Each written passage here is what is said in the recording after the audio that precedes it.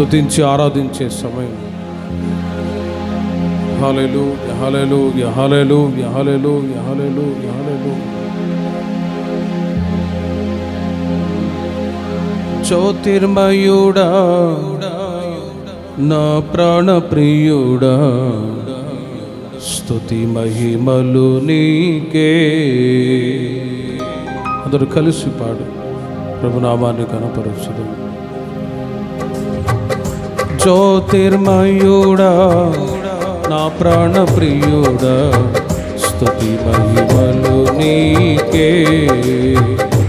నా ఆత్మలో అనుక్షణం నా అతిశయము నీవే, నా ఆనందము నీవే, నా ఆరాధన నీవే, నా అతిశయము నీవే, నా ఆనందము నీవే, నా ఆరాధన నీవే. జ్యోతిర్మయుడా నా ప్రాణ ప్రియుడా, స్తుతి మహిమలు నీకే.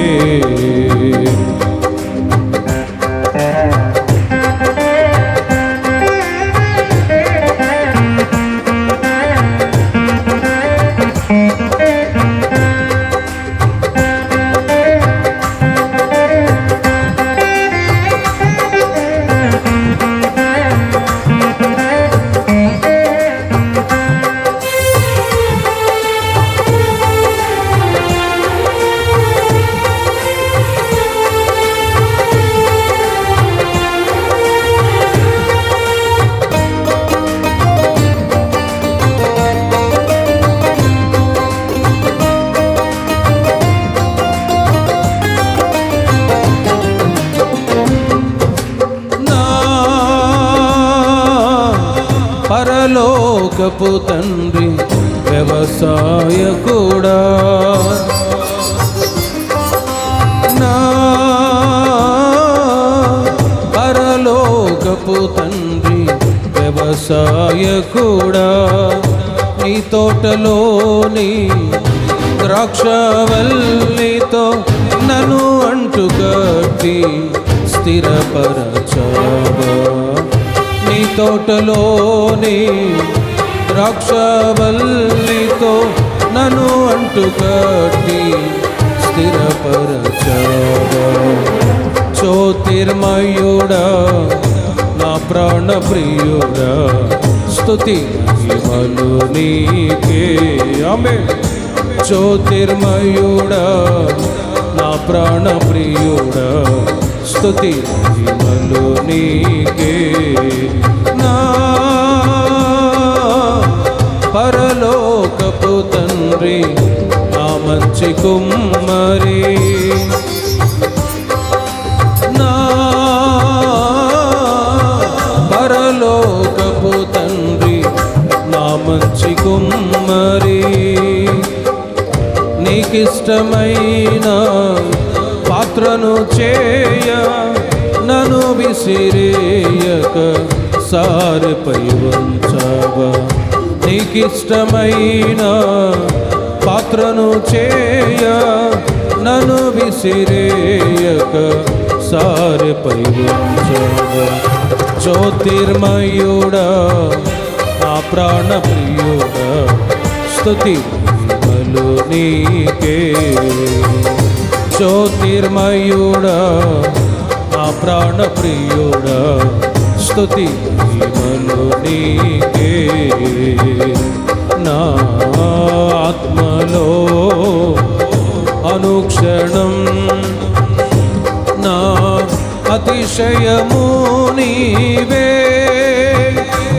నా ఆనందము నీవే, నా ఆరాధన నీవే, నా అతిశయము నీవే, నా ఆనందము నీవే, నా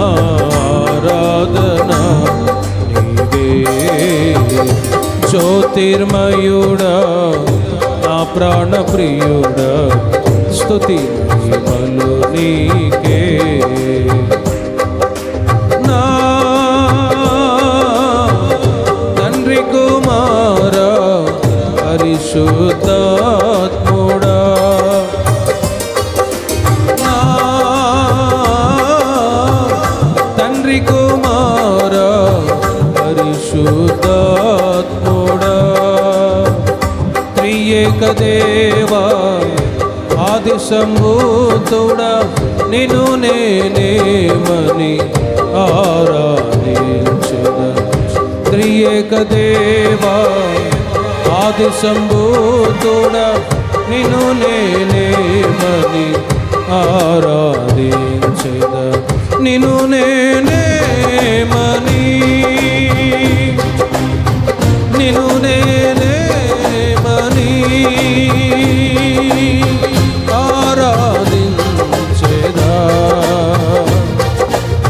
నిన్ను నేనేమని ఆరాధించేదా ఆరాధించేదా జ్యోతిర్మయుడా నా ప్రాణ ప్రియుడా స్తుతి నీకే జ్యోతిర్మయుడా నా ప్రాణ ప్రియుడా స్తుతి నీకే నా ఆత్మలో అనుక్షణం నా ఆత్మలో అనుక్షణం నా అతిశయము నీవే నా ఆనందము నీవే నా ఆరాధన నీవే నా అతిశయము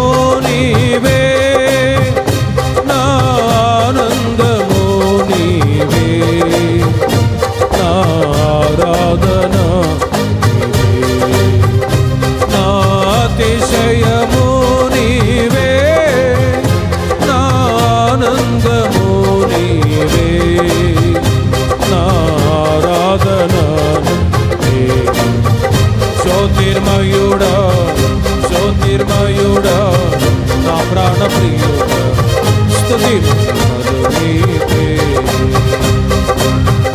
నా ఆత్మలో అనుక్షణం నా అతిశయము నీవే నా ఆనందము నీవే నా ఆరాధన నీవే నా అతిశయము నీవే నా ఆనందము నీవే నా ఆరాధన నా అతిశయము నీవే నా ఆనందము నీవే నా ఆరాధన నీవే జ్యోతిర్మయుడా నా ప్రాణ ప్రియుడా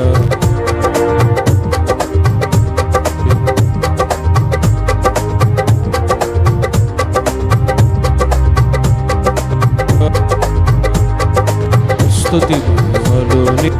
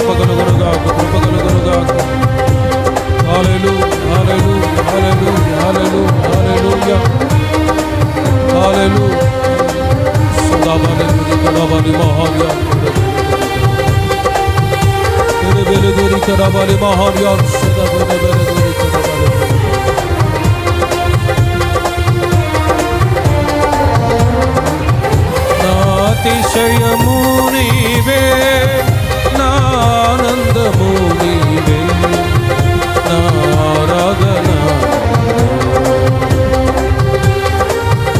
జ్యోతిర్మయుడా, నా ప్రాణ ప్రియుడా, స్తుతి మహిమలు నీకే.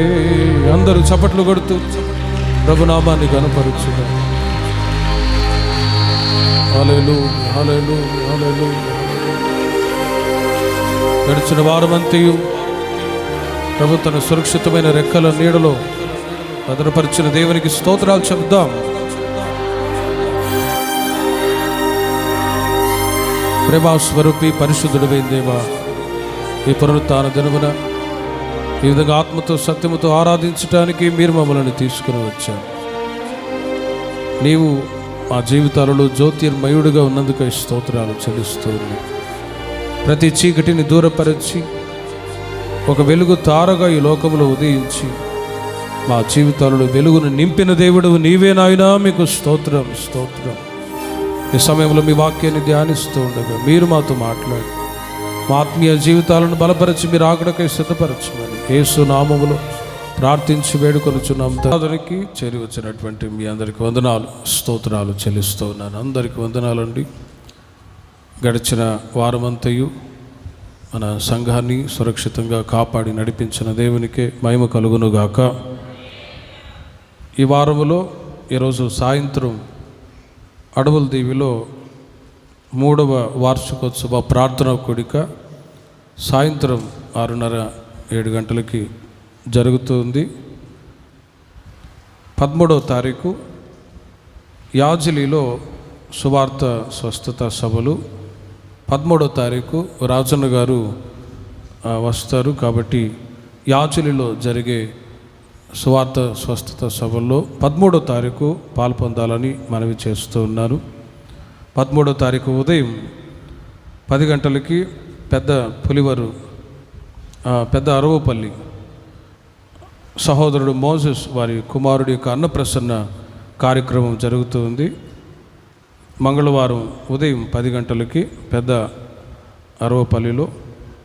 అదేవిధంగా 14వ తారీఖు పల్లపట్లలో సువార్త స్వస్థత సభ జరుగుతుంది.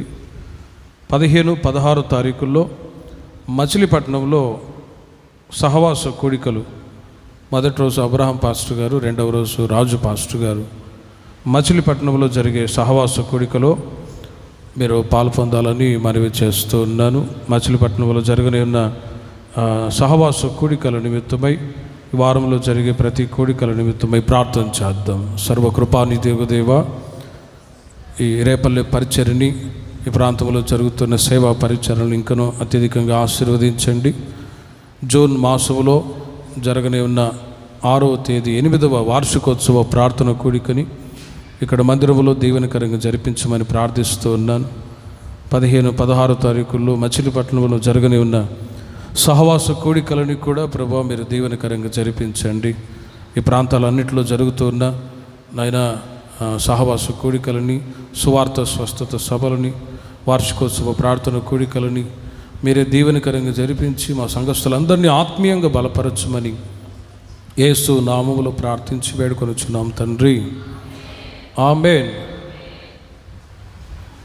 వచ్చే ఆదివారం ఆరాధనలో మచిలీపట్నంలో సేవ చేస్తున్న పాస్టర్ రాజేష్ గారు వర్తమానాన్ని అందిస్తారు వచ్చేవారు.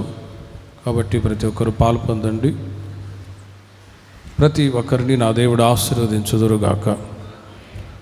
బైబిల్ గ్రంథంలో మన ధ్యానము కొరకై యోహాను రాసిన మొదటి పత్రిక 2వ అధ్యాయం 28వ వాక్యాన్ని మనం చదువుకుందాం. కాబట్టి చిన్నపిల్లలారా, ఆయన ప్రత్యక్షమగునప్పుడు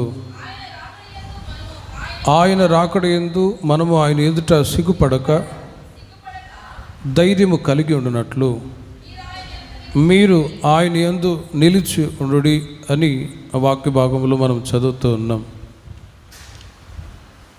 చిన్నపిల్లలారా అని యోహాను తన పత్రికలో సంబోధిస్తున్నటువంటి మాట ఎందుకొరకు అంటే, రక్షించబడి బాప్తిసం తీసుకొని సంఘ సహవాసంలో ఆత్మీయంగా దేవుని ప్రజలు ఎదుగుతూ ఉండగా, ఆత్మీయంగా ఎదుగుతూ ఉన్న దేవుని ప్రజలని చిన్నపిల్లలారా అని సంబోధిస్తూ ఉన్నారు.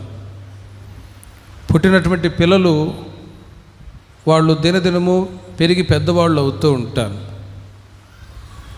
అలాగే దేవుని ప్రజలు కూడా దేవుని యొక్క అడుగుజాడల్లో నడిపించబడుతూ ఉన్నప్పుడు దినదినము ఆత్మీయంగా ఎదుగుతూ ఉంటారు. కాబట్టి ఆధ్యాత్మిక జీవితంలో ఎదుగుతూ ఉన్న దేవుని ప్రజలతో యోహాను గారు మాట్లాడుతూ ఉన్నారు, చిన్నపిల్లలారా, ప్రభు ప్రత్యక్షమయ్యే దినాలు సమీపిస్తూ ఉన్నాయి. ఆయన రాకడ యందు మనం ఆయన ఎదుట సిగ్గుపడక ధైర్యము కలిగి ఉండనట్లు మీరు ఆయన యందు నిలిచి ఉండుడి అని యోహాను తన పత్రికలో రాస్తూ ఉన్నారు. ప్రస్తుతం మనం ప్రభు యొక్క రాకడ దినాల్లో మనం ఉన్నాం. ఇవి ఎలాగా అని మీరు ఒకవేళ అడిగితే, ప్రస్తుత దినాల్లో మీరు గమనించినట్లయితే యుద్ధాలు ఎక్కువగా జరుగుతూ ఉన్నాయి, భూకంపాలు ఎక్కువగా వస్తూ ఉన్నాయి, జనం మీదికి జనం, మత కల్లోలాలు కూడా ఎక్కువైపోతూ ఉన్నాయి. నా మతం గొప్పదంటే ఇంకొకడు నా మతం గొప్పది అని జనం మీదికి జనం రెచ్చిపోయి హత్యలు చేసుకునే రోజులు ఇవి ఎక్కువగా ఈ రోజుల్లో మీరు గమనిస్తూ ఉన్నారు. ఇవన్నీ జరుగుతూ ఉన్నప్పుడు మనం గ్రహించాలి, ప్రభు యొక్క రెండవ రాకడ అతి శీఘ్రముగా ఉంది అని. కాబట్టి లోకంలో జరుగుతున్న సంభవాలన్నిటిని బట్టి నేను ప్రార్థిస్తూ ఉన్నప్పుడు రాకడ గురించినటువంటి సందేశాన్ని చెప్పి సంఘం మనమందరము కూడా ప్రభు యొక్క రాకడకు సిద్ధపడాలి అనే ఆలోచన కలిగి ఉండాలి అనే ఉద్దేశము చేత ఈ మాటలు సిద్ధపరుచుకొని మీ వద్దకు వచ్చాను. ప్రస్తుతం ప్రభు యొక్క రాకడ దినాల్లో మనం ఉన్నాం. యేసుక్రీస్తు మొట్టమొదట రక్షకునిగా ఈ లోకానికి వచ్చాడు. రెండవ రాకడ సంఘాన్ని తన యొద్దకు చేర్చుకొని వెళ్ళిపోవటానికి ప్రభు రాబోతూ ఉన్నాడు. మరి ఈ రాకడ గురించినటువంటి మాటలు ఈ రోజుల్లో ఎక్కడ మీరు వెతికి వినాలన్నా కూడా దొరకవు. ఎందుకంటే ఈ రాకడ గురించినటువంటి ప్రకటన చాలా సంఘాల్లో లేవు. ఇదిగో ప్రభు నిన్ను ఆశీర్వదిస్తాడు, నీకు మేలు చేస్తాడు అనే ఆ మాటలే ఎక్కువగా మీరు వింటూ ఉంటారు. కానీ దేవుని యొక్క సన్నిధికి వచ్చిన మీరు ఇప్పటికే దేవుని చేత ఆశీర్వదించబడిన వాళ్ళే ఉన్నారు. మరలా ఇదిగో ప్రభు నిన్ను ఆశీర్వదిస్తాడు, నీకు మేలు చేస్తాడని చెప్పని అవసరమే లేదు. You are a blessed people. మీరు దేవుని చేత ఆశీర్వదించబడ్డ వాళ్ళే ఉన్నారు. అయితే ఈ రోజుల్లో దేవుని ప్రజలైన మన నిరీక్షణ ఏమై ఉండాలి అని వాక్యం చెప్తూ ఉందంటే, ప్రభు యొక్క రాకడ కొరకై నిరీక్షించే రోజుల్లో మనం ఉన్నాము అని గ్రహించాలి. మరి క్రీస్తు ప్రత్యక్షమైనప్పుడు ఆయన ఎదుట ధైర్యంగా సిగ్గుపడక ధైర్యంగా నిలిచి ఉండేవాళ్ళు ఎవరు ప్రభు ఎదుట ధైర్యంగా నిలిచి ఉంటారు అనే ప్రశ్న చాలా ప్రాముఖ్యమైంది. ఒక ఆఫీసర్ ఎదుట ఒక క్లర్క్ నిలబడాలి అంటే ఎంతో ధైర్యం కావాలి. ఒక పోలీస్ అధికారి ఎదుట ఒక క్రిమినల్ నిలవబడాలి అంటే అతడు చాలా భయపడుతూ ఉంటాడు. మరి అతడు ఏ నేరము తప్పు చేయనివాడైతే ధైర్యంగా నిలవబడగలడు, మాట్లాడగలడు. కాబట్టి పరలోకములో ఉంటున్న యేసుక్రీస్తు ప్రత్యక్షమైనప్పుడు ఆయన ఎదుట మనం ధైర్యంగా నిలవబడి ఉండాలి అంటే మనలో ఉండవలసిన క్వాలిటీస్, మనలో ఉండవలసినటువంటి యోగ్యతలు ఏంటి అని వాక్యపు వెలుగులో ఈ పూట మనం ధ్యానించబోతూ ఉన్నాం. వాక్యం చెబుతోంది, చిన్నపిల్లలారా, ఆయన ప్రత్యక్షమగునప్పుడు ఆయన రాకడ యందు మనం ఆయన ఎదుట సిగ్గుపడక ధైర్యము కలిగి ఉండునట్లు మీరు ఆయన యందు నిలిచి ఉండండి. మరి నిలిచి ఉండాలంటే ఏం చెయ్యాలి? ఇప్పటికే ప్రభు సన్నిధిలో మీరు నిలిచి ఉన్నారు, ప్రభుని ఆరాధిస్తూ ఉన్నారు. ఇంకను ప్రభు ప్రత్యక్షమైనప్పుడు ఆయన ఎదుట ధైర్యంగా నిలవాలంటే మనలో ఉండవలసిన యోగ్యతలు ఏంటి? ప్రేమల వర్లరా, యోహాను రాసిన మొదటి పత్రిక 3వ అధ్యాయము 6వ వాక్యములో నిలిచి ఉండాలి అంటే ఏం చేయాలో ఒక 5 విషయాలు మీకు ఈ పూట చెప్పబోతున్నాను. ఈ మాటల చేత రాబోయే వారమంతా నా దేవుడు మిమ్మల్ని ఆత్మీయంగా బలపరచునుగాక. నిలిచి ఉండాలి అంటే ఏం చేయాలి? వాక్యం చెప్తుంది, సిగ్గుపడక ధైర్యం కలిగి ఉండనట్లు మీరు ఆయన యందు నిలిచి ఉండండి. మరి నిలిచి ఉండాలంటే ఏం చేయాలి? ఆయన యందు నిలిచి ఉండి వాడెవడునో పాపము చేయుడు. పాపము చేయువాడు ఎవడునో ఆయనను చూడను లేదు, ఎరుగను లేదు అని యోహాను తన పత్రికల్లో సంఘానికి రాస్తూ ఉన్నారు. మరి ప్రభు ప్రత్యక్షమైనప్పుడు ఆయన ఎదుట నిలిచి ఉండాలి అంటే ఏం చెయ్యాలి? వాక్యం చెప్తుంది, ఆయన యందు నిలిచి ఉండి వాడెవడను పాపం చేయుడు. ఎందుకంటే నేను ప్రకటిస్తూ ఉన్న యేసుక్రీస్తు వారు ఆయన పాపము లేనివాడు, జన్మలో పాపము లేనివాడు, జీవించిన జీవితంలో పాపము లేనివాడు. మరి క్రీస్తు రెండవ రాకడలో మరి ప్రభు ఎదుట ఎవరు ధైర్యంగా నిలిచి ఉండగలరు అనంటే పాపము చేయని వాళ్ళే నిలవగలరు, అందరూ నిలవలేరు. అందుకే యేసుక్రీస్తు వారు ఈ లోకంలో ఉన్నప్పుడు వ్యభిచారమందు పట్టబడిన స్త్రీని ఆయన దగ్గరకు తీసుకొచ్చి నిలవబెడితే యేసుక్రీస్తు వారు ఒకే మాట అన్నారు, మీలో ఎవడు పాపం చేయలేదో వాడే మొట్టమొదట ఆ మీద రాయి వేయాలి అని. మరి ఆ మాటకి ఏ ఒక్కరూ నిలవబడకుండా అందరూ వెనుదిరిగిపోయారు. కానీ ఆ స్త్రీ ఎప్పుడైతే తన పాపపు జీవితాన్ని మానుకొని ప్రభు ఎదుట ధైర్యంగా నిలవాలని ఇష్టపడిందో, ఆమె ప్రభు ఎదుట ధైర్యంగా నిలిచి ఉండటానికి పాప క్షమాపణే కారణం. వాక్యం చెప్తుంది, ఆయన యందు నిలిచి ఉండు వాడెవడనో పాపము చేయుడు. మరి పాపం అంటే ఏంటి? What is the meaning of sin? యోహాను రాసిన మొదటి పత్రిక 3వ అధ్యాయము 21వ వాక్యములో రాయబడి ఉన్నది, ప్రియులారా, మన హృదయము మన యందు దోషారోపణ చేయని ఎడల దేవుని ఎదుట ధైర్యము గలవారు మగుదుము అని యోహాను రాస్తారు. మీ మనస్సాక్షి ఏ ఏ విషయాలలో దోషారోపణ చేస్తూ ఉందో అవి మీరు ఒప్పుకొని ప్రభు ఎదుట మంచి మనస్సాక్షి కలిగి ఉంటే ప్రభు ఎదుట మీరు ధైర్యంగా నిలవగలిగి ఉండటానికి అవకాశం ఉంటుంది. ఎవరు ప్రభు ఎదుట ధైర్యంగా నిలవగలరు అన్నప్పుడు ప్రేమిల వర్లరా, మంచి మనస్సాక్షి కలిగిన వాళ్ళు ప్రభు ఎదుట ధైర్యంగా నిలవగలరు. హల్లెలూయా. దేవాలయానికి 2 వ్యక్తులు వచ్చారు. ఫరిసయ్యుడు వచ్చాడు, సుంకరి కూడా వచ్చాడు. ఫరిసయ్యుడు ప్రార్థిస్తూ ఉన్నాడు, ప్రభువా, వారానికి నేను 2 రోజులు ఉపవాసం ఉంటాను, దశంభాగాలు ఇస్తూ ఉన్నాను, నేను చాలా గొప్పని నీతిమంతుని అని తన గురించి తాను గొప్పగా చెప్పుకుంటూ ఉంటే దేవాలయపు వెలుపట నిలవబడి సుంకరి చిన్న ప్రార్థన చేస్తూ ఉన్నాడు, దేవా, పాపినైన నన్ను కరుణించు. ఇతని కంటే అతను నీతిమంతుడుగా తీర్చబడ్డాడు. కారణం, ఆ సుంకరి తన జీవితంలో ఉంటున్న ఆ పాపపు బ్రతుకును ప్రభు దగ్గర ఒప్పుకొని క్షమాపణ అడుగుతూ ఉన్నాడు. క్షమాపణ ఎప్పుడైతే అడిగాడో అతని యొక్క మనస్సాక్షి అది శుద్ధీకరించబడి మంచి మనస్సాక్షిగా తీర్చిదిద్దబడింది. మంచి మనస్సాక్షి కలిగిన వాళ్ళు ప్రభు ఎదుట ధైర్యంగా నిలవగలరు. ఒక దొంగ ఉన్నాడు, రేపల్లెలో ఎక్కడో తిరుగుతూ ఉన్నాడు. వాడిని తీసుకొచ్చి ధైర్యంగా పోలీసు వాళ్ళు ఎదుట నిలవబెట్టాలి అని అంటే వాడు దొరుకుతాడా? దొరకడు. పోలీసు వాడు దొరికితే కనబడితే చాలా అటు ఇటు ఆ సందులో గొంతులు పరిగెడుతూ ఉంటాడు. అయితే ఏ తప్పు చేయని వాడైతే ధైర్యంగా నిలవగలడు. కాబట్టి ప్రభు ప్రత్యక్షమైనప్పుడు ఆయన ఎదుట ధైర్యంగా నిలిచి ఉండాలి అంటే ఎవరు నిలిచి ఉండగలరు అంటే పాపము చేయని వాళ్ళు నిలిచి ఉండగలరు.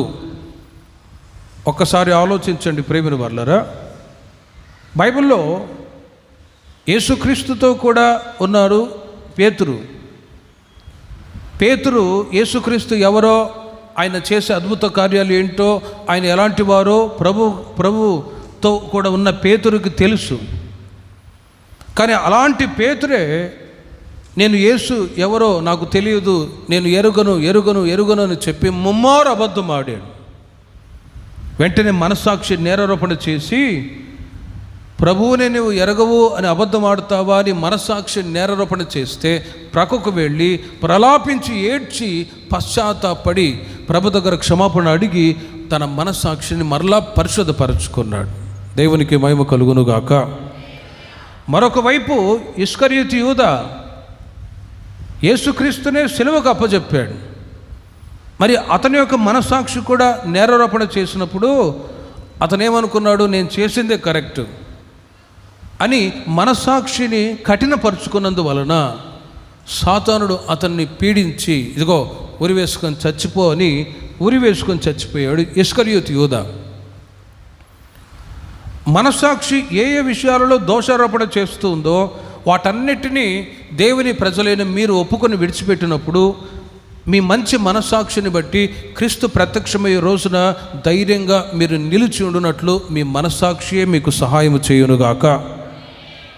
అందునిమిత్తమే యోహాను రాసిన మొదటి పత్రిక 3వ అధ్యాయము 20వ వాక్యాన్ని 22వ వాక్యాన్ని మీరు చూడండి.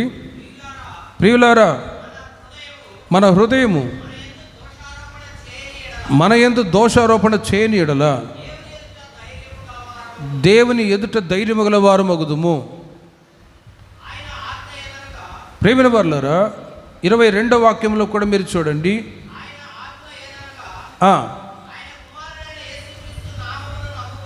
యోహాను రాసిన మొదటి పత్రిక 3వ అధ్యాయము 20వ వాక్యము 22వ వాక్యాన్ని చూడండి. దేవుడు మన హృదయము కంటే అధికుడై సమస్తమును ఎరిగి ఉన్నాడు గనుక మన హృదయం ఏ ఏ విషయములలో మన యందు దోషారోపణ చేయునో ఆయా విషయములలో కదిలించు బాగ్రే ఆయా విషయములలో ఆయన ఎదుట మన హృదయములను సమ్మతిపరుచుకుందాము అని అంటారు. కదిలించు బాకి ఇంకా పక్కకు రండి, ఒకళ్ళు కూర్చోండి అక్కడ. కదిలించు బాకి ఇంకా ఆయన ఎదుట మన హృదయములను సమ్మతిపరుచుకుందాము అంటారు.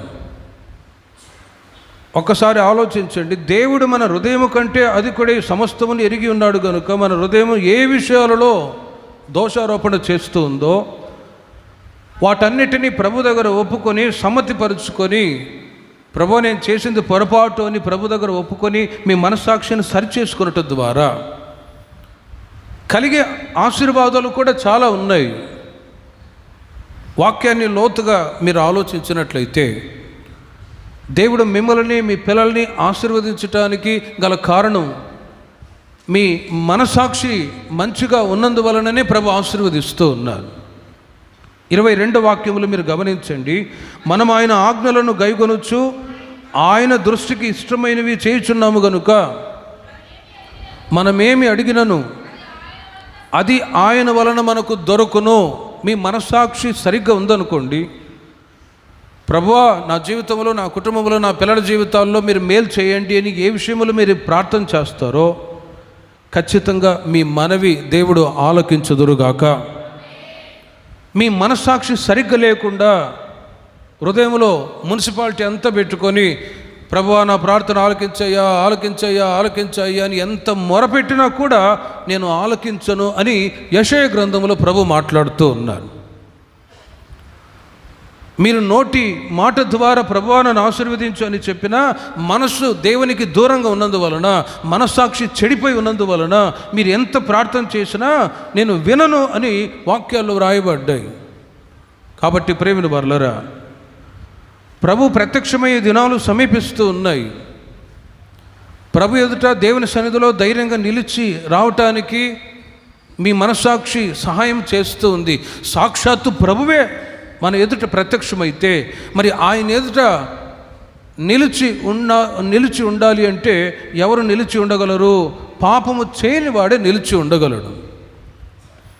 సంఘానికి దేవుడిచ్చిన మూల ఉపదేశం ఏంటంటే, నేను పరిశుద్ధుడై ఉన్న ప్రకారం మీరును పరిశుద్ధులై ఉండుడి.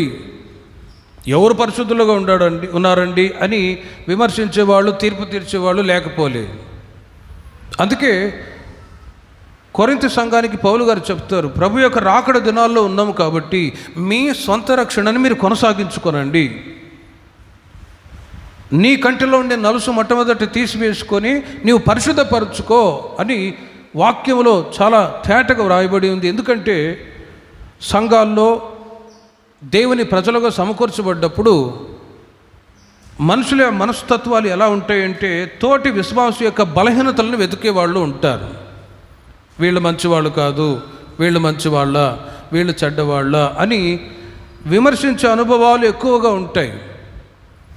అందునిమిత్తమే యేసుక్రీస్తు వారు తెలియచేస్తూ ఉన్నారు, నీ కంటిలో ఉండే నలుసు మొట్టమొదట తీసివేసుకో. పౌలు గారు సంఘానికి తెలియచేస్తున్నారు, మీ సొంత రక్షణని మీరు కొనసాగించుకోనండి. దాని అర్థం ఏంటంటే మీ మనస్సాక్షిని మీరు పరిశుద్ధపరుచుకొని ప్రభు ఎదుట నా జీవితం ఎలా ఉంది, నా వ్యక్తిగత జీవితం ఎలా ఉంది అని ఎవరికి వాళ్ళే పర్ఫెక్ట్ బ్రైడ్ క్రీస్తు ఎదుట ఓ పెళ్లి కుమార్తె సంఘముగా నిష్కళంకమైన సంఘముగా నిలిచి ఉండి నిమిత్తమై వ్యక్తిగతంగా ఎవరికి వాళ్ళే పరిశుద్ధపరచుకుందురుగాక. కొరింథీయులకు రాసిన 2వ పత్రిక 1వ అధ్యాయం 12వ వాక్యములో కూడా పౌలు గారు తెలియజేస్తూ ఉన్నారు, మా అతిశయమేదనగా లౌకిక జ్ఞానమును అనుసరింపక దేవుడు అనుగ్రహించు పరిశుద్ధతతోనూ నిష్కాపట్యముతోనూ దేవుని కృపని అనుసరించి లోకంలో నడుచుకుంటుమని, విశేషముగా మీ ఎడలను నడుచుకుంటుమనియు మా మనస్సాక్షి సాక్ష్యమిచ్చుటయే అని తెలియజేస్తూ ఉన్నారు. పౌలు గారు సంఘం ఎదుట ఓ మంచి మనస్సాక్షి కలిగిన వారై పరిశుద్ధతతోనూ నిష్కాపట్యముతోనూ దేవుని కృపని అనుసరించి లోకంలో మేము నడుచుకున్నామనే సంగతి మీకు తెలుసు కదా, దానికి మీరే సాక్షులు అని తాను కూడా దేవుని ఎదుట నిలవబడటానికి మంచి మనస్సాక్షి కలిగి ఉన్నానని చెబుతూ ఉన్నాడు. సంఘస్థులు కూడా మంచి మనస్సాక్షి కలిగి ఉండటానికి మీరు ప్రయాసపడండి. ప్రభు ప్రత్యక్షమై దినాలు సమీపిస్తూ ఉన్నాయి. ఏ విషయంలో మీ మనస్సాక్షి నేరారోపణ దోషారోపణ చేస్తుందో వాటిని ఒప్పుకొని ప్రభు ఎదుట నిలవబడుడి అని పౌలుగా యోహాను తన పత్రికలో తెలియచేస్తూ ఉన్నారు. హల్లెలూయా. కాబట్టి ప్రేమైన వారలారా, నిలిచి ఉండాలి అంటే ఎవరు ఏం చేయాలి అని అంటే నిలిచి ఉండేవాడు పాపం చేయడు. యోహాను రాసిన 1వ పత్రిక 2వ అధ్యాయం 6వ వాక్యాన్ని కూడా మీరు గమనించండి. రెండవదిగా నిలిచి ఉండాలంటే ఏం చేయాలి? ఆయన యందు నిలిచి ఉన్నానని చెప్పుకొనివాడు ఆయన ఎలాగూ నడుచుకొనునో అలాగే తానును నడుచుకొన బద్ధుడై ఉన్నాడు. మనం ఆయన యందు ఉన్నామని దీని వలన తెలుసుకొనుచున్నాము. యేసుక్రీస్తు వారు ఈ లోకానికి వచ్చి ప్రతిదీ మనకు మాదిరి చూపెట్టి వెళ్ళిపోయారు. యేసయ్య ఏ విధంగా నడుచుకుంటున్నారో మనము కూడా అలాగే నడుచుకున్న బద్ధులమై ఉన్నాము. యేసుక్రీస్తు వారు ఈ లోకంలో 30 సంవత్సరాలు తల్లిదండ్రుల దగ్గర ఆయన విధేయత చూపి 30 సంవత్సరాల వయసు రాగానే బాప్తిస్మ ఇచ్చి యోహాను గారి దగ్గరికి వచ్చి, ఇదిగో నీవు నాకు బాప్తిస్మ ఇవ్వాలి అన్నారు. అప్పుడు ఆయన ఏమన్నారు? నువ్వే నాకు బాప్తిస్మ ఇవ్వాలి ప్రభువా, నేను నీకు ఇవ్వడం అంటే యేసుక్రీస్తు వారు అంటారు, నీతి యావత్తు ఇలాగూ జరగనిమ్ము, లేఖనాలు నెరవేర్చబడాలి కాబట్టి నువ్వు నాకు బాప్తిస్మ ఇవ్వు అన్నప్పుడు బాప్తిస్మ ఇచ్చి యోహాను గారు యేసుక్రీస్తుకి బాప్తిస్మ ఇచ్చారు. కారణం ఏంటో తెలుసునా? ఎందుకంటే మనము కూడా బాప్తిస్మ తీసుకోవాలి అని మనకు మాదిరి చూపెట్టడానికి యేసు ప్రభు వారు కూడా బాప్తిస్మ పొందారు. ఆ తర్వాత పరిశుద్ధాత్మ పావురాకారం వలె దిగి వచ్చి, ఈయన నా ప్రియ కుమారుడు, ఈయన యందు నేను ఆనందించుచున్నాను అనే ఒక శబ్దం కూడా వినబడింది. తద్వారా యేసుక్రీస్తు వారు కూడా పరిశుద్ధాత్మ అభిషేకాన్ని పొందారు. కనుక దేవుని ప్రజలైన మనము కూడా, మీరు కూడా దేవుని ఆత్మచేత నింపబడుదురుగాక. యేసుక్రీస్తు వారు బాప్తిసం పొందారు కాబట్టి మనం కూడా బాప్తిసం తీసుకోవాలి. ఆయన పరిశుద్ధాత్మ పూర్ణులై ఉన్నారు, మనం కూడా పరిశుద్ధాత్మ పూర్ణులై నడిపించబడాలి. ఆ తర్వాత 40 రోజులు ఉపవాసం ఉండి ప్రార్థించినప్పుడు సాతానుగాడు వచ్చి శోధిస్తూ ఉన్నాడు. కానీ యేసుక్రీస్తు వారు లోకాన్ని, పాపాన్ని, సాతాన్ని వాక్యము ద్వారా జయించారు.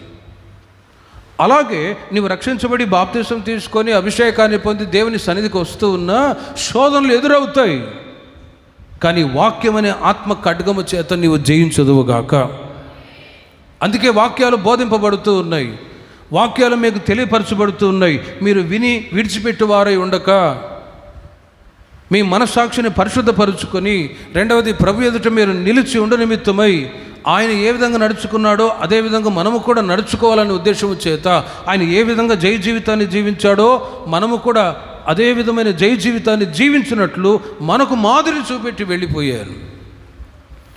కల్వారి సిలువలో శ్రమలు కూడా అనుభవించారు. అదే సమయంలో నీ జీవితంలో కూడా శ్రమ ఎదురైనప్పుడు ఎవరిని తలంచుకోవాలి? యేసయ్యను తలంచుకోవాలి. ప్రభువా, నీవు శ్రమ అనుభవించావు కదా, నాకు కూడా శ్రమ కలిగింది అని ఎరిగి ఆ శ్రమంలో కూడా ప్రభువుని తలంచుకున్నప్పుడు వాక్యం చెప్తుంది, రాబోయే మహిమ ఎదుట ఇప్పటి కాలపు శ్రమలు ఎన్నతగినవి కావు. యేసుక్రీస్తు యొక్క జీవితంలో ప్రతి అడుగుజాడలన్నీ కూడా దేవుని ప్రజలైన మనము కూడా అలాగే నడవాలనే ఆయన మాదిరి చూపెట్టి వెళ్ళిపోయారు. గెత్సెమనే తోటలో కూడా ఆయనని ఇస్కరియోతు యూదా అప్పగించటానికి వచ్చి ముద్దు పెట్టినప్పుడు యేసుక్రీస్తు వారికి విడిపించుకొని వెళ్ళిపోయే ఒక సామర్థ్యం కూడా ఉంది. ఒక్క చిటిక వేస్తే చాలు కోట్ల కొలది దేవదూతలు వ్యూహ సైన్యం వచ్చి కాపాడగలిగిన ఒక కృప, కాపాడగలిగి క్షేమంగా అక్కడి నుంచి వెళ్ళిపోవలసినటువంటి ఒక కాపుదల దూతలు ఇవ్వగలరు. కానీ యేసుక్రీస్తు అలా చేశారా? చేయలేదు. క్రీస్తుని సిలువకు అప్పగించడానికి వచ్చిన యూదాను చూచి ఆయన ఏమన్నారు? చెలికాడా అని అన్నారు. స్నేహితుడా, ఇది సమయమా అప్పగించటానికి అని చెలికాడా అని పిలిచాడే కానీ మరి పనికిమాలిన వాడా అది ఇదని తిట్టలేదు. శత్రువును కూడా ప్రేమించిన ప్రేమ యేసుక్రీస్తు యొక్క ప్రేమ.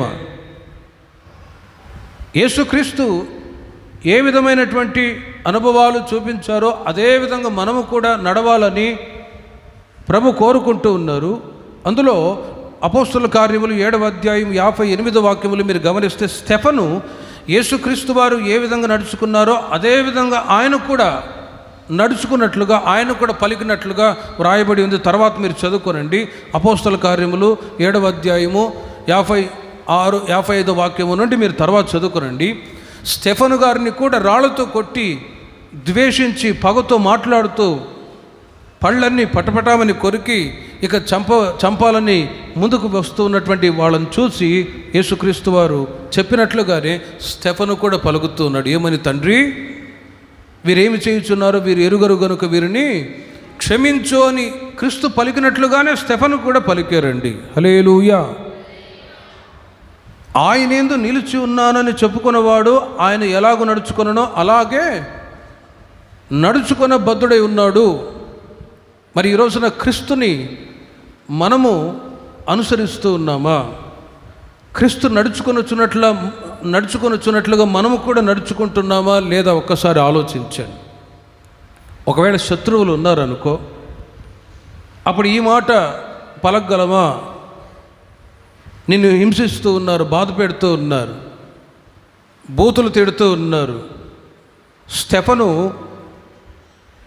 హింసిస్తూ బాధ పెడుతున్న వాళ్ళ వైపు చూడకుండా పరలోకములో తండ్రి కుడిపార్శ్వమున కూర్చొని ఉన్న యేసయ్య వైపు చూచి ఆ మాట పలికారు. ఎందుకంటే క్రీస్తుని అనుసరించి నడుచుకుంటున్నాడు కాబట్టి. వీరేమి చేయుచున్నారో వీరు ఎరుగరు కనుక వీరిని క్షమించు అని శత్రువులను చూచి ఆ మాట పలికాడు. మరి ఈ మాట మనం పలకగలమా? సపోజ్ ఒకవేళ గొడవటానికి ఒకళ్ళు వచ్చారు, ఎదురు మాటలు మాట్లాడుతున్నారు, బూతులు మాట్లాడుతున్నారు, కొట్టడానికి వస్తున్నారు. అప్పుడు ఈ మాట అని చూడండి, తండ్రి, వీరేమి చేయుచున్నారో వీరు ఎరుగరు గనుక వీరిని క్షమించు అంటావా? ఈ మాటలు గుర్తురావు. అప్పుడు వాళ్ళు ఒక మాట అంటే 10 మాటలు అనేసేయడమే. వాళ్ళు ఒక దెబ్బ కొడితే ఇంకా 10 దెబ్బలు కొట్టాలనే ఆలోచనతోనే ఉంటారు. ఇది మనిషి యొక్క కానల్ యాక్టివిటీస్. మనిషి యొక్క శరీర సంబంధమైన స్వభావాలన్నీ కూడా చచ్చి ఆత్మపూర్ణలే ఆత్మ సంబంధమైన మనుషులుగా మారినప్పుడే క్రీస్తు నడుచుకున్నట్లుగా మనము కూడా నడుచుకున్న బద్ధులమై ఉందుముగాక. కాబట్టి ప్రియమైన వారులారా, క్రైస్తవులు అంటే క్రీస్తును అనుసరించేవాళ్ళు. క్రీస్తును అనుసరించేవాళ్ళు ఎలా ఉండాలి? ఒక్కసారి ఆలోచించండి. యుద్ధాలు జరుగుతూ ఉన్నాయి. ట్రంప్ అంటాడు, ఇండియా పాకిస్తాన్ మధ్యలో గొడవ ఆపేసేయండి, ఎందుకంటే అర్థమైపోతుంది అని, క్రిస్టియన్ కాబట్టి. మూడో ప్రపంచం యుద్ధం జరిగేటట్టుంది, మీరు యుద్ధం ఆపేసేయండి అంటాడు. ఎందుకంటే ఈ యుద్ధానికి దారి తీస్తుంది, మూడో ప్రపంచ యుద్ధాలు వస్తే మొత్తం నాశనం అయిపోతాయి, ఆపేద్దాం అనుకునేసరికి మరలా అటువైపు నుంచి బాంబు దాడులు చేస్తున్నారు, మనం కూడా వేసేద్దామని ఇప్పుడు దేశాల యుద్ధాలు జరుగుతూ ఉన్నాయి. వీటన్నిటికీ మూల కారణం ఏంటంటే ప్రేమ వాళ్ళరా, ప్రభు యొక్క రాకడ అతి సమీపముగా ఉన్నదని సంఘముగా మనం గ్రహింతుముగాక. ప్రతి లేఖనాలు నెరవేర్చబడుతున్నాయి ఒక్కొక్కటిగా. మరి వీటిని చూసి మనం ఏదో భయపడి కలవరపడిపోవాలని కాదు, కానీ వాక్యం చెప్తుంది, మీరు ప్రభు వచ్చినప్పుడు ఆయన ఎదుట సిగ్గుపడక ధైర్యముగా ఉండనిమిత్తమై మీరు ప్రభునందు మీరు ఆయన యందు నిలిచి ఉండండి. మరి నిలిచి ఎవరు ఉండగలరు అంటే పాపం చేయని వాళ్ళు నిలిచి ఉండగలరు. రెండవదిగా, ఎవరు క్రీస్తు వలె నడుచుకుంటారో వాళ్ళు ప్రభు ఎదుట ధైర్యంగా నిలవగలరు. ఆయన ఏ విధంగా నడుచుకున్నాడో అదేవిధంగా మనము కూడా ఈ రోజుల్లో నడుచుకుందాముగాక. ప్రేమిల వారలారా, యేసు క్రీస్తు వారు చూపించిన ప్రతి అనుభవం ఈ లోకంలో మనకొక మాదిరిని చూపించి వెళ్ళిపోయారు. ఎవరినో మనం ఫాలో అవ్వకూడదు. అందుకే హెబ్రీలకు రాసిన పత్రిక 12వ అధ్యాయం 1 వాక్యంలో తర్వాత మీరు చదువుకొనండి, విశ్వాసమునకు కర్తయు దానిని కొనసాగించువాడునైన యేసు వైపు చూచుచు ఈ పరుగు పందెములో మీరు ఓపికతో పరిగెత్తండి. పాత నిబంధన కాలంలో అబ్రహాము, ఇస్సాకు, యాకోబులు ఉన్నారు. ఆ హెబ్రీ సంఘానికి 12వ అధ్యాయం 1 వాక్యం నుండి తర్వాత మీరు చదువుకోరండి, ఇంత గొప్ప సాక్షి సమూహము మేఘము వలె ఆవరించి ఉన్నందున అని అంటారు. ఆ మాటకు అర్థం ఏంటంటే, ఒక గేమ్ ఆడేటప్పుడు గ్రౌండ్ ఉంటుంది, చుట్టూ జనం ఉంటారు, మధ్యలో గేమ్స్ ఆడుతూ ఉంటారు, క్రికెట్ కానీ వాలీబాల్ కానీ సంథింగ్. అవి ఆడుతున్న సమయంలో ప్రజలందరూ చుట్టూ కూర్చొని ఉంటారు గ్రౌండ్లో. ఏ దేశానికి సంబంధించిన వాళ్ళు జెండాను పట్టుకొని ఊపుతూ ఉంటారు. అప్పుడు గేమ్ ఆడే వ్యక్తి తన ప్రజలని చూసి నువ్వు గెలవగలవు, ఆడగలవు అని వాళ్ళు కేకలు వేసి ప్రోత్సాహపరుస్తూ ఉన్నప్పుడు ఆ ఆట ఆడుతున్నటువంటి వ్యక్తి సంతోషించి ఇంకా ఉత్సాహంగా ఆడగలడు, ఉత్సాహంగా పరిగెత్తగలడు. అలాగే పాత నిబంధన కాలంలో ఉంటున్నటువంటి అబ్రహాము, ఇస్సాకు, యాకోబు, దావీదు భక్తులందరూ కూడా ఇప్పుడు మనం ఇప్పుడు గ్రౌండ్లో ఉన్నామనుకోండి, మన చుట్టూ ఎవరున్నారు? భక్తులందరూ. ఇంత గొప్ప సాక్షి సమూహము అంటే పాత నిబంధన కాలంలో ఉంటున్న విశ్వాస వీరులందరూ కూడా మన చుట్టూ కూడా ఉండి ఇప్పుడు మనల్ని ప్రోత్సాహపరుస్తూ ఉన్నారు. ఇదిగో మేము కూడా విశ్వాసపు మంచి పోరాటాన్ని పోరాడాం, మీరు కూడా పోరాడండి, మీరు కూడా పరిగెత్తండి, మీరు కూడా పోరాడండి, మీరు కూడా పరిగెత్తండి అని వాళ్ళు మాదిరి చూపెట్టి మనల్ని ప్రోత్సాహపరుస్తూ ఉండగా ఇప్పుడు మనమేం చేయాలి? క్రీస్తు నడుచుకున్నట్లు మనము కూడా నడుచుకొని ఈ పరుగు పందెములు ఓపికతో పరుగెత్తుదుముగాక. ఎవరినో చూచి మనము ఫాలో అవ్వకూడదు, యేసు క్రీస్తునే మనం చూచి నడవాలి. అటు ఇటు మనుషులను చూశారనుకోండి బలహీనలు అవుతారు, పడిపోయే అవకాశాలు ఉంటాయి.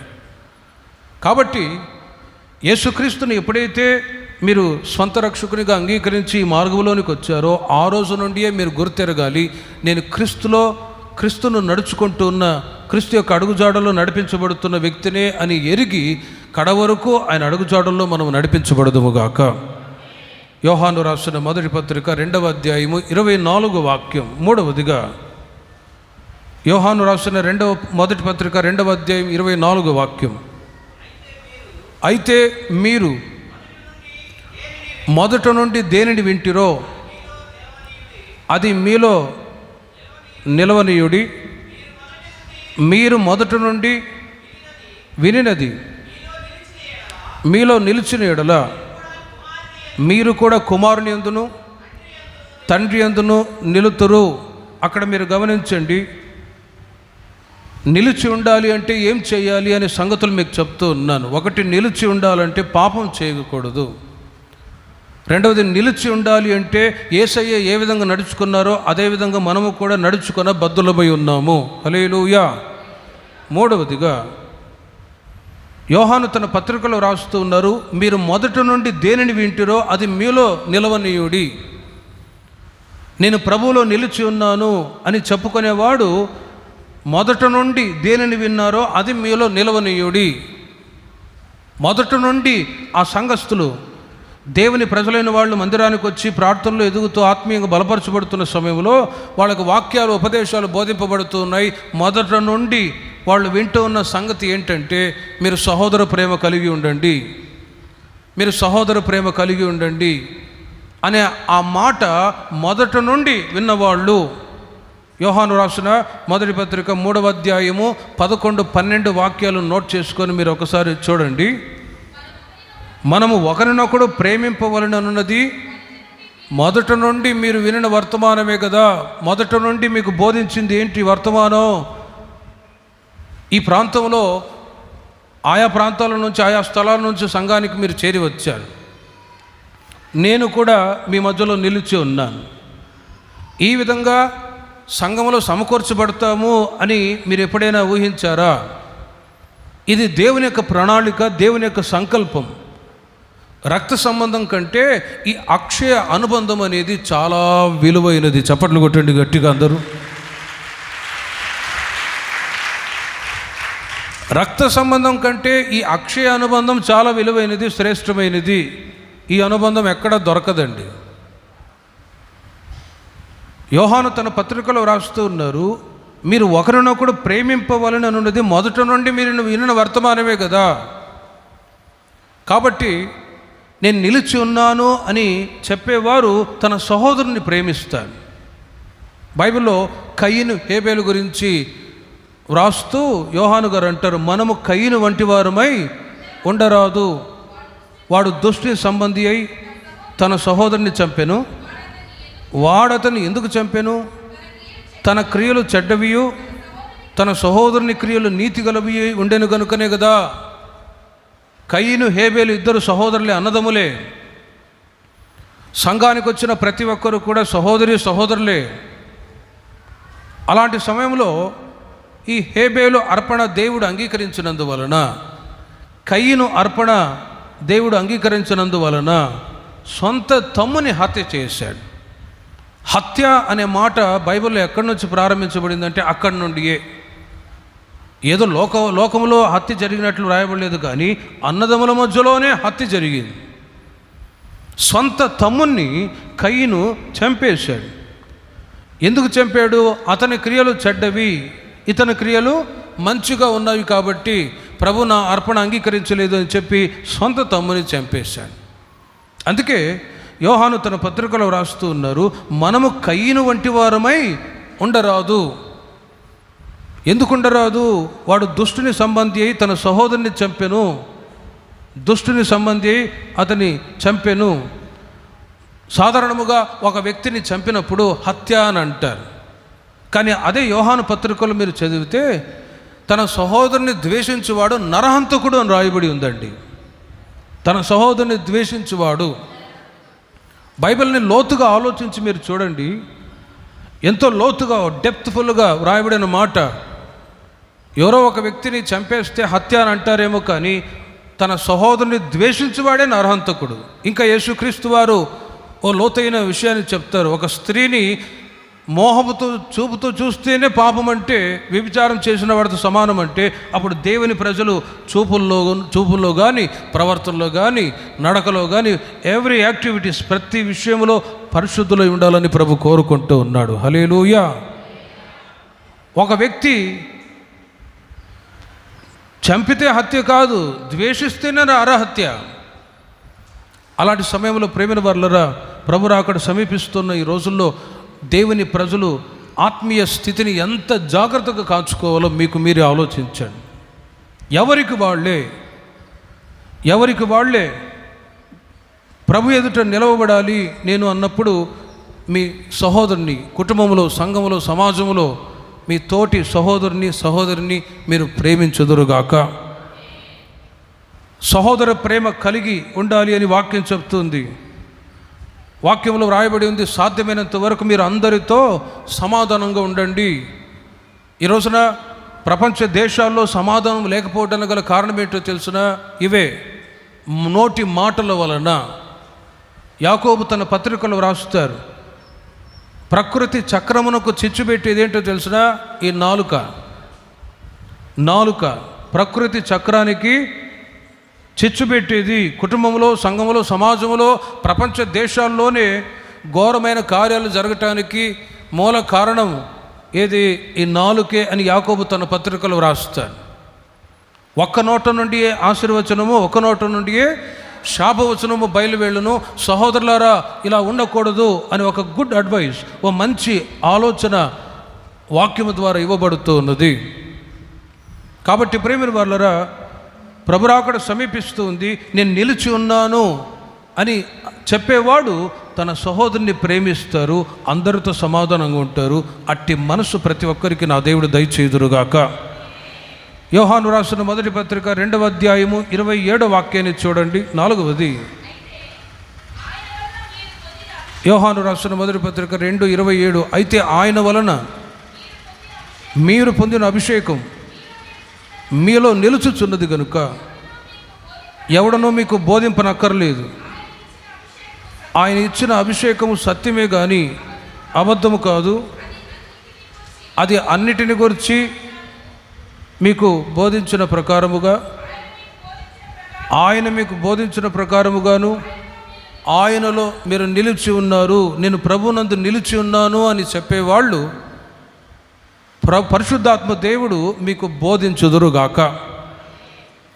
నేను ప్రభువునందు నిలిచి ఉన్నాను అని చెప్పుకునే వాళ్ళు ప్రేమిన వాళ్ళరా, పరిశుద్ధాత్మ పూర్ణులై ఉండి ఆ పరిశుద్ధాత్మ యొక్క నడిపింపులో నడిపించబడుతూ ఉంటారు. ఒకటి, సంఘానికి ఒక నడిపింపు ఉంది, సేవకుల నడిపింపు. రెండవది, పరిశుద్ధాత్మ యొక్క నడిపింపు కూడా ఉన్నది. బైబిల్లో లోతుగా మీరు ధ్యానించినట్లయితే పాత నిబంధన కాలంలో దావీదు యుద్ధానికి వెళ్ళాలన్నా ప్రార్థన ద్వారా దేవుని యొక్క ఆలోచన అడిగేవాడు.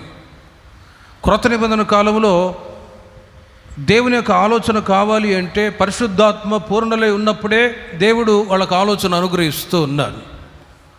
అపోస్తలుల కార్యములు 16వ అధ్యాయము 6వ వాక్యాన్ని మీరు గమనిస్తే, సేవకులు ఆనాడు పరిశుద్ధాత్మ పూర్ణులై ఆయా ప్రాంతాల్లో దేవుని యొక్క వాక్యాలు, లేఖనాలు ప్రకటిస్తున్న సమయంలో ఆసియాలో వాక్యము చెప్పకూడదని పరిశుద్ధాత్మ వారిని ఆటంకపరిచినందున వాళ్ళు ఒకచోట ఆగిపోయినట్లు వ్రాయబడి ఉంది. ఎక్కడికి వెళ్ళాలన్నా, ఎక్కడ సువార్త ప్రకటించాలన్నా, ఏ ప్రాంతానికి వెళ్ళాలన్నా కూడా పరిశుద్ధాత్మ దేవుడు సేవకులకి ఆనాడు బోధించినప్పుడు అదే ప్రకారం వెళ్ళి అక్కడ బోధించినప్పుడు అనేక మంది రక్షించబడి సంఘములో చేర్చబడ్డారు. దేవునికి మహిమ కలుగునుగాక. రక్షించబడి బాప్తిసం తీసుకొని సంఘానికి వచ్చిన దేవుని ప్రజలైన మీకు కూడా పరిశుద్ధాత్మ దేవుడు బోధించునుగాక. దేవుని వాక్యాలు బోధించబడుతూ ఉన్నాయి. పరిశుద్ధాత్మ దేవుడు కూడా మీకు బోధిస్తూ ఉన్నాడు. ఈ బోధ విన్నప్పుడు మీ జీవితాలలో మార్పును కలుగజేస్తూ ఉన్నాయి దేవుని యొక్క వాక్యాలు. దేవుని యొక్క సన్నిధికి రాకమునుపు మీరు ఏ విధంగా ప్రవర్తిస్తూ వచ్చారు, ఇప్పుడు ఏ విధంగా ప్రవర్తించారో ఆలోచించండి. మార్పు అనేది దేవుడు కలుగజేశాడు. కొన్ని ప్రాంతాల్లో గమనిస్తూ ఉన్నప్పుడు క్రొత్తగా వచ్చిన వాళ్ళు ఎలా మాట్లాడాలి, ఎలా ప్రవర్తించాలి అని తెలియదు. నేను బిజాపూర్లో సేవ చేస్తున్న సమయంలో కొంతమంది కొత్తగా మందిరానికి వచ్చేవాళ్ళు వాళ్ళు ఎలా మాట్లాడాలో వాళ్ళకి తెలియదు. నేను వాళ్ళ ఇంటికి వెళ్ళినా కూడా అదిగో పాస్టర్ వచ్చాడు చూడు అనేవాడు. సింగులర్గా మాట్లాడేవాడు. ఏంట్రా బాబు వాడు వీడు అంటున్నారని నేను బాధపడేవాడిని. ఆ తర్వాత వారానికి ఒకరోజు స్నానం చేసుకుని మందిరానికి వచ్చేవాడు. ఏంట్రా ఈ కంపు అంటే కొత్త రకం సెంటు లాగా ఉందా అంటాడు. బ్రదరు నోర్ముయిరా, వారానికి ఒకరోజు స్నానం చేసుకొని వస్తారు. వాళ్ళు ఎలా నడుచుకోవాలి, ఎలా మాట్లాడాలి, పద్ధతులు, మాటలు సరిగ్గా లేనప్పుడు ప్రారంభ దినాల్లో అలా ఉండేవి. కానీ రోజులు గడిచే కొలది ఇప్పుడు వాళ్ళని చూస్తే ఎంత శుభ్రంగా నీట్గా వస్తారంటే ప్రతి వారం ఖచ్చితంగా తెల్లచీర వాళ్ళు కట్టుకొని మందిరానికి వస్తారు, శుభ్రంగా ఉంటారు. వాళ్ళు చేసేటువంటి పనులు ఈ చెత్త డబ్బాలు ఏరుకొని తిరుగుతూ ఉంటారు. ఆ పనులన్నీ మానుకొని ఇప్పుడు ఒక డిగ్నిఫైడ్గా సంఘంలో వాళ్ళు విశ్వాసులుగా కొనసాగుతూ ఉన్నారు. దేవునికి మహిమ కలుగును గాక. గతంలో మార్పు లేని స్వభావాలు ఈ రోజున మార్పు చెంది దేవుని సన్నిధిలో అన్ని విషయాలలో ఆత్మీయంగా అభివృద్ధి చెందుతూ భౌతికంగా మేలులు పొందుకుంటూ విశ్వాసులు ఎదగటానికి గల కారణం ఏంటంటే ఈ బోధ, దేవుని యొక్క మాటలు, పరిశుద్ధాత్మ యొక్క నడిపింపు, వీటి ద్వారా దేవుని ప్రజలైన మీ జీవితాల్లో మార్పు అనేది దినదినము కలిగేటట్లు సహాయము చేయునుగాక. బోధ విని వెళ్ళిపోవటానికి కాదు. అందుకే పేతురు తన పత్రికలో రాస్తారు, మీరు వాక్యాలు విన్నప్పుడు అవి విని విడిచిపెట్టువారి ఉండక అద్దములో తన సహజ ముఖాన్ని చూచి వెళ్ళిపోయినట్లుగా. ఒకసారి ఆ మాటను మీరు చూడండి. పేతురు రాసిన మొదటి అధ్యాయము పేతురు రాసిన రెండవ పత్రిక మొదటి అధ్యాయం 19వ వాక్యాన్ని మీరు చూడండి.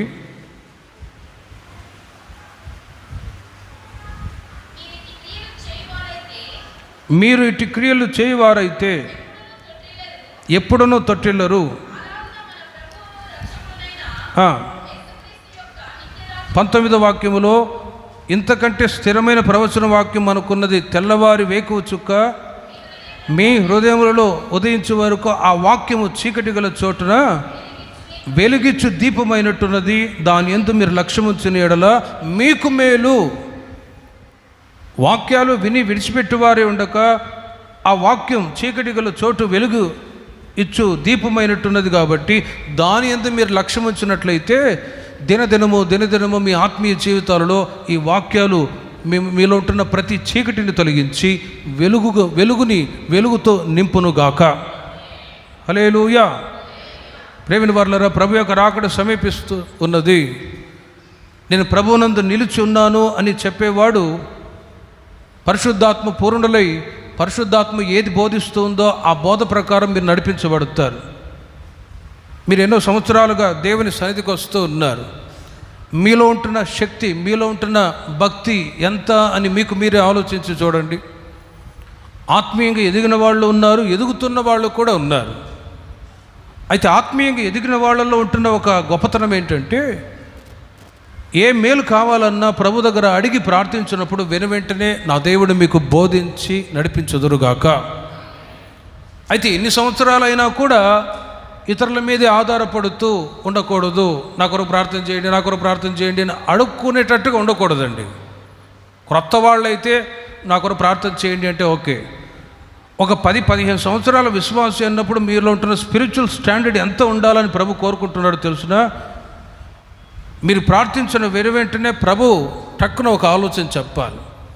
పిల్లల వివాహ విషయంలో కానీ, ఇల్లు కట్టుకునే విషయంలో కానీ, వ్యాపార విషయంలో కానీ ఎక్కడ ఫెయిల్యూర్స్ అనేది లేకుండా మీరు సక్సెస్ఫుల్గా కొనసాగటానికి పరిశుద్ధాత్మ దేవుడే మీకు ఆలోచన దయచేయుదురుగాక. కొన్నిసార్లు ఫెయిల్యూర్స్, అపజయాలు రావడానికి గల కారణం ఏంటంటే నువ్వు సరిగ్గా ప్రార్థన చేయట్లేదు, ప్రభు దగ్గర ఆలోచన అడగట్లేదు, పరిశుద్ధాత్మ యొక్క నడిపింపులో నీవు నడిపించబడట్లేదు కనుకనే సమస్యలు ఎదురవుతూ ఉంటాయి. అలా కాకుండా ప్రేమిన వారలారా, ఎన్నో సంవత్సరాలుగా ప్రభు మార్గంలో నడిపించబడుతూ దేవుని దగ్గర ఒక సరైన ఆలోచన లేకపోతే ప్రేమిన వారలారా, భక్తి చేసి కూడా వ్యర్థమే. అందుకే జీవించుచున్నావన్న పేరు మాత్రం ఉన్నది కానీ మృతుడవే. ఎందుకంటే జీవించుచున్నావన్న పేరు మాత్రం ఉన్నదంటే క్రైస్తవులుగా, విశ్వాసులుగా వచ్చుచు పోవచ్చు ఉన్నాం అంతే. బట్ అంతరంగంలో ఓ నిజమైనటువంటి వైరాగ్యం, ఓ ప్రార్థన, వెంటనే దేవుని యొద్ద నుండి జవాబు పొందుకునే అనుభవాలు లేనందువలన జీవించుచున్నావన్న పేరు మాత్రం ఉన్నది కానీ మృతుడవే. ఆత్మ ఎప్పుడో చచ్చిపోయింది. ఏదో నామకార్థంగా వచ్చుచు పోవచ్చు ఉన్నాం, నాకు ప్రార్థన చేయండి, హాయ్ బాయ్ అని వెళ్ళిపోయేటట్లు ఉండక, సంవత్సరాలు గడిచే కొలది ప్రభువే, పరిశుద్ధాత్మ దేవుడే మీకు బోధించి మీకు ఆలోచన చెప్పి రాబోయే రోజుల్లో మిమ్మల్ని నడిపించునుగాక.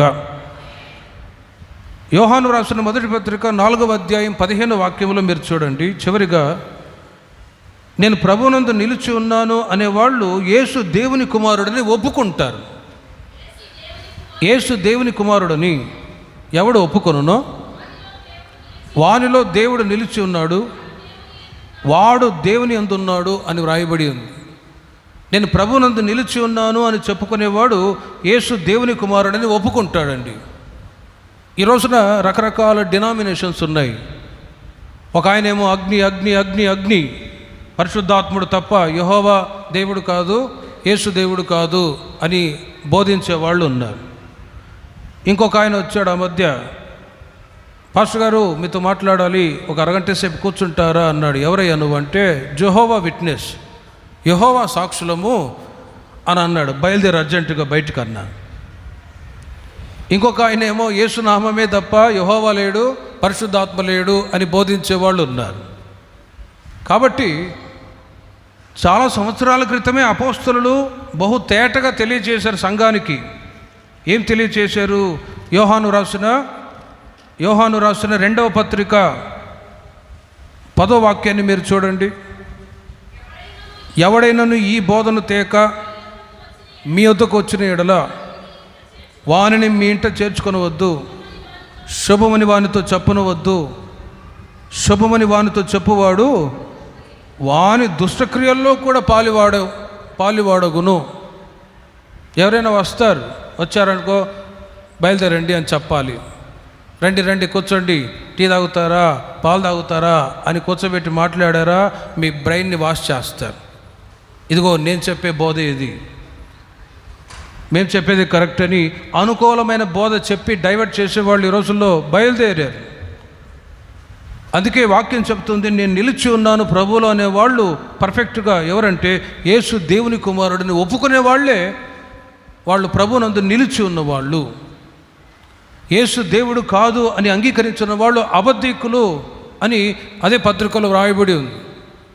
అపోస్తలుల దినాల్లోనే చాలామంది దేవుని ప్రజల్ని అన్య బోధల వైపు త్రిప్పి బలహీనపరుస్తూ ఉండేవాళ్ళు. అందుకే యూదా పత్రిక 3వ వాక్యంలో వ్రాయబడి ఉంది, పరిశుద్ధులకు ఒక్కసారి అప్పగింపబడిన బోధ నిమిత్తం మీరు పోరాడండి.